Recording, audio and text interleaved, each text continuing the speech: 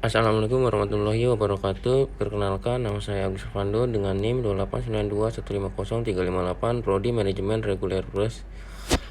Pada kuliah yang akan saya jelaskan yaitu pengantar ekonomi makro. Yang terhormat Bapak dosen pengampu Hendra Permadi ST MM.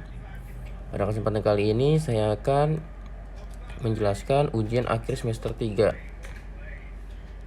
Materi pertama yaitu pengangguran, inflasi, dan kebijakan pemerintah. Pengangguran dan inflasi adalah dua masalah ekonomi utama yang dihadapi setiap masyarakat. Kedua masalah ekonomi itu dapat diwujudkan beberapa efek buruk yang bersifat ekonomi, politik, sosial. Untuk menghindari berbagai efek buruk yang mungkin timbul, berbagai kebijakan ekonomi perlu dijalankan. Masalah pengangguran dalam membedakan jenis-jenis pengangguran, terdapat ada dua cara untuk menggolongkan, yaitu berdasarkan kepada sumber atau penyebab mewujudkan pengangguran tersebut. Berdasarkan kepada ciri pengangguran yang ada, jenis pengangguran berdasarkan penyebabnya. Masalah pengangguran berdasarkan penggolongan ini, pengangguran dapat dibedakan kepada jenis pengangguran berikut. Berdasarkan penggolongan berikut, pengangguran dapat dibedakan kepada jenis pengangguran berikut: pengangguran normal atau frisional, atau pengangguran siklital, atau pengangguran struktural, dan pengangguran teknologi. Nah, di sini ada jenis pengangguran berdasarkan cirinya. Pengangguran terbuka atau pengangguran ini tercipta sebagai akibat pertambahan lowongan pekerjaan yang lebih rendah dari pertambahan tenaga kerja. Pengangguran tersembunyi. Pengangguran ini terutama ada di sektor pertanian atau jasa. Pengangguran bermusim atau pengangguran ini terutama terdapat di sektor pertanian dan perikanan. Nah, setengah penganggur. Pengangguran ini biasa diisi dengan pekerja paruh waktu yang setengah bekerja dan setengah menganggur. Biasanya juga diisi oleh imigran. Tujuan kebijakan pemerintah. Nah, pertama yaitu tujuan bersifat ekonomi. 1. Menyediakan lowongan pekerjaan. 2. Meningkatkan taraf kemakmuran masyarakat. 3. Memperbaiki pembagian pendapatan. Tujuan yang selanjutnya tujuan bersifat sosial dan politik. 1. Meningkatkan kemakmuran keluarga dan kestabilan keluarga.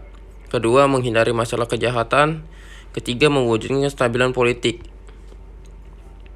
Masalah inflasi. Nah, masalah inflasi, tujuan jangka panjang pemerintah adalah menjaga agar tingkat inflasi yang berlaku pada tingkat yang sangat rendah.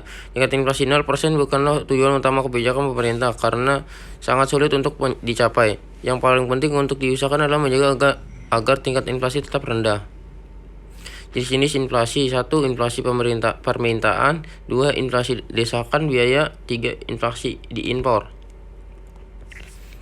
Inflasi tarikan pemerintah. Inflasi ini biasanya terjadi pada masalah ekonomi berkembang dengan pesat. Kesempatan kerja yang tinggi menciptakan tingkat pendapatan yang tinggi dan selanjutnya menimbulkan pengeluaran yang melebihi kemampuan ekonomi mengeluarkan barang dan jasa. Pengeluaran yang berlebihan ini akan menimbulkan inflasi. Inflasi tarikan permintaan. Inflasi ini biasanya terjadi pada masalah perekonomian berkembang dengan pesat. Kesempatan kerja yang tinggi menciptakan tingkat pendapatan yang tinggi dan selanjutnya menimbulkan pengeluaran yang melebihi kemampuan ekonomi mengeluarkan barang dan jasa. Pengeluaran yang akan berlebihan ini akan menimbulkan inflasi. Inflasi desakan biaya. Inflasi ini terutama berlaku dalam masa perekonomian berkembang dengan pesat ketika tingkat pengangguran adalah sangat rendah. Apabila perusahaan-perusahaan masih menghadapi permintaan yang bertambah, mereka akan berusaha menaikkan produksi dengan cara memberikan gaji dan upah yang lebih tinggi kepada pekerja yang mencari pekerja baru dengan tawaran pembayaran yang lebih tinggi. Langkah ini mengakibatkan biaya produksi meningkat, yang akhirnya akan menyebabkan kenaikan harga-harga barang. Inflasi impor. Nah, ini inflasi impor yang bersumber dari kenaikan harga barang yang diimpor. Inflasi ini akan ada apabila barang-barang impor yang mengalami kenaikan harga mempunyai peranan yang sangat penting dalam kegiatan pengeluaran perusahaan-perusahaan. Satu contoh yang nyata dalam ini adalah efek kenaikan harga minyak dalam tahun 1970 kepada perekonomian negara-negara barat dan negara-negara pengimpor minyak lainnya. Minyak penting artinya adalah memproses produksi barang-barang industri.